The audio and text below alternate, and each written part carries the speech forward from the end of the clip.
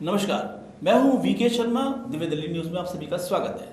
दोस्तों, जैसी परंपरा रही है कि कुछ खास लोगों से आपकी हम मुलाकात कराते हैं और ऐसे ही खास शख्सियत आज हमारे स्टूडियो में मौजूद है जिनसे हम आपका परिचय कराने जा रहे हैं। दुनिया, जीवन और समाज, बहुत सारी बातें जिनको लेकर चर्चाएं होती रहती है, लेकिन आज हम जिस चर्चा को एक नया रूप देने जा रहे हैं वो आपके सामने आने वाला है। बहुत ही साधारण तरीके से हमारे जो खास मेहमान हैं उस पर रोशनी डालेंगे। आइए हम स्वागत करते हैं। नमस्कार। नमस्कार। हमारे बीच में है सूर्यपुत्री रश्मि मल्होत्रा जी। सूर्यपुत्री रश्मि मल्होत्रा, नाम थोड़ा सा अलग है तो काम भी अलग है। क्या क्या काम करते हैं? पहली बात तो जो जानकारी में आया कि एक मैगजीन की संपादिका हैं और ओम नाम से मैगजीन का संपादन कार्य संभाल रही हैं। जिस तरह से इन्होंने समाज को एक नई दिशा दी है, क्या ये हमारे देश में भी कुछ नई रोशनी फैलाने की, एक नई रश्मि फैलाने की प्रयास करेंगी? पूरी हमारी चर्चा का केंद्र तो ऐसे रहेगा। रश्मि जी, बहुत बहुत स्वागत है। ओम से जुड़ने के बाद आपको क्या लगा, समाज में नई रोशनी आई है? ओम आदि है, अंत है, सभी जानते हैं। अनादिकाल से जब ब्रह्मांड में पहली ध्वनि हुई वो ओम की थी।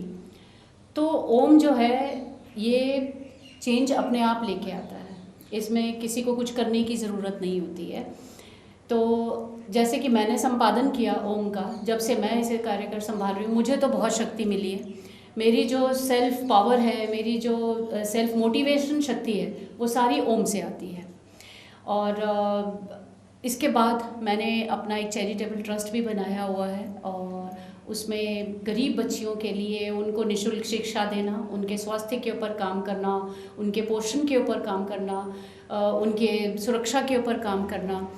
तो मेरे हिसाब से कि मैं अपने आप को ओम से जुड़ने के बाद अपने आप को एक बहुत आध्यात्मिक व्यक्ति समझती हूँ। और मैं आपको बताऊँ कि आध्यात्म जिसके पास है वो एक बहुत अच्छा समाज सेवी हो सकता है। रश्मि जी, आपने बात की, समाज सेवा की बात की, ट्रस्ट की बात की, लेकिन ये देखा जाता है कि एक सरकार, चुनी हुई सरकार, उसकी जिम्मेवारी होती है कि वो अपनी प्रजा की, यानी कि जो लोकतंत्र में एक जिम्मेवारी दी गई है, उनके स्वास्थ्य की, उनके खान पान की, उनके अच्छी देखभाल की, सब तरह की वो सुरक्षा के बारे में चिंतित करे।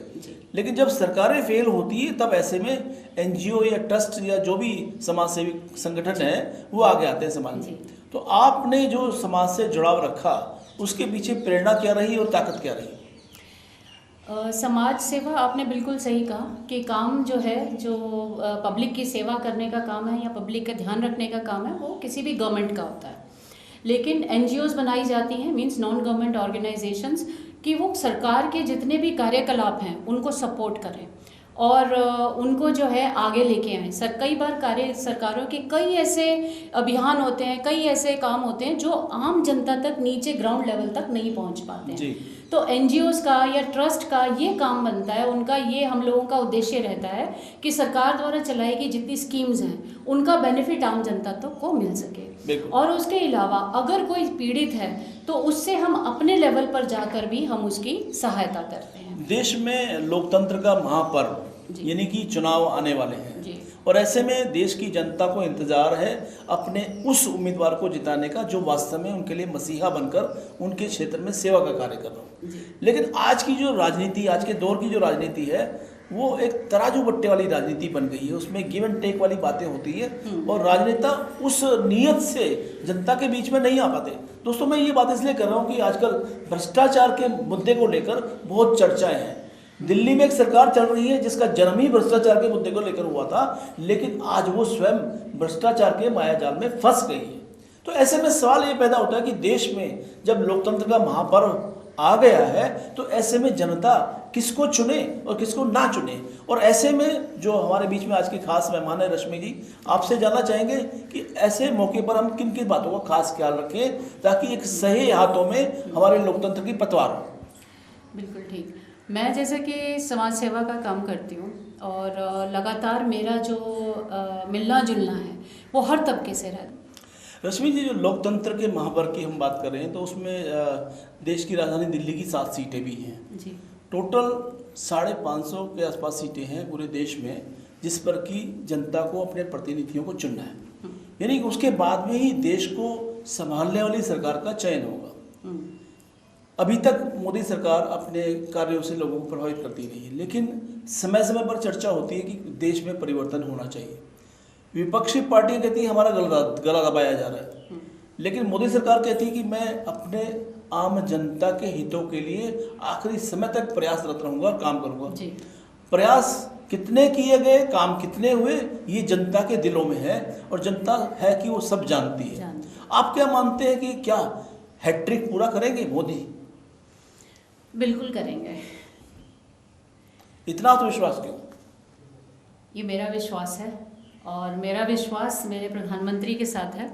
और क्योंकि ये मेरा विचार है कि ये जो आने वाला, ये जो हमारा युद्ध है, ये जो महापर्व भी कह सकते हैं आप इसको, लोकतंत्र का, इसमें जो इलेक्शंस होंगे ये भारत वर्सेस इंडिया होने जा रहा है जी।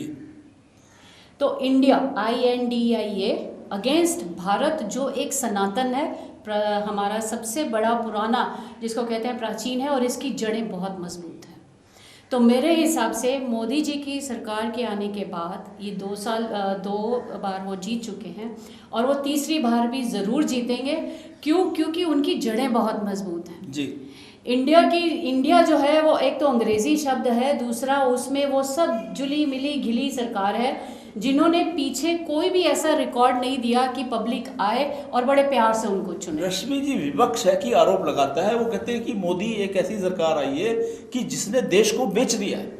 वो कोई भी आप ले लो, एयर इंडिया की बात करो, रेलवे की बात करो, या बात और भी अन्य प्रतिष्ठानों की बात करो, वो कहते हैं कि उन्होंने प्राइवेटाइजेशन कर दिया है और पूरे देश को बेचने की तैयारी कर रहे हैं। सर, प्राइवेटाइजेशन मेरे ख्याल से, अगर मुझे याद आता है, तो सबसे पहले कांग्रेस सरकार ने किया था, है ना। तो प्राइवेटाइजेशन कब नहीं हुआ? पहले 10 साल से पहले भी हुआ प्राइवेटाइजेशन और अब भी हो रहा है। तो प्राइवेटाइजेशन हो क्यों रहा है? ताकि देश की तरक्की हो सके जी। जब हम देश की तरक्की की बात करते हैं तो अगर सरकार से कुछ चीज़ें नहीं संभल रही हैं तो प्राइवेटाइजेशन करने से उसकी जो है वो बेटर रिजल्ट्स आते हैं, आपकी इकोनॉमी स्ट्रांग होती है। रश्मि जी, बहुत अच्छा लग रहा है आपसे बात करके। चर्चा के विषय अलग अलग हमने चुने, उस पर आपके विचार भी सुने।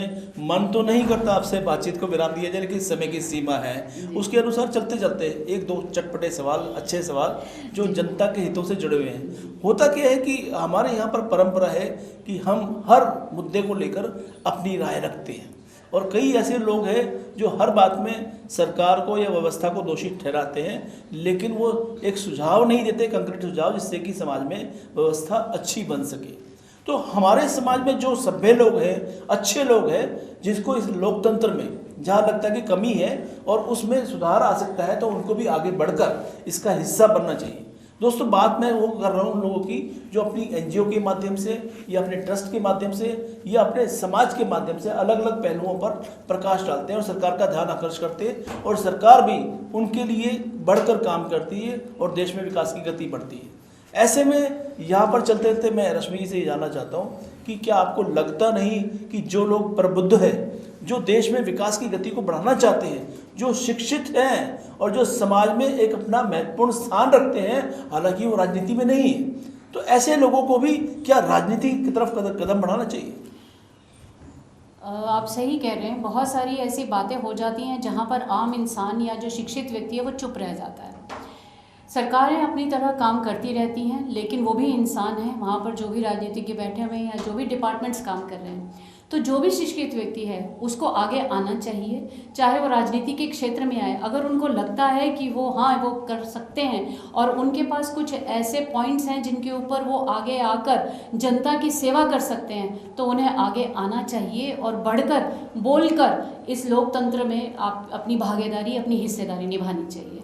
दोस्तों, ये रश्मि जी के विचार आपने सुने, और आपको क्या लगता है कि ऐसे और भी कई व्यक्ति हैं जो समाज में अच्छे अच्छे काम कर रहे हैं? आप किनको हमारे मंच पर देखना चाहते हैं, किनसे आप बातचीत सुनना चाहते हैं? आपके सुझाव का हमेशा हम इंतजार करते हैं। आपको ये आज की चर्चा कैसी लगी, और अपने विचार हमें शेयर लिखिएगा, और आपका साथ है तो ये चैनल आपका अपना है। अगली मुलाकात तक के लिए आपसे इजाज़त चाहते हैं। नमस्कार। नमस्कार।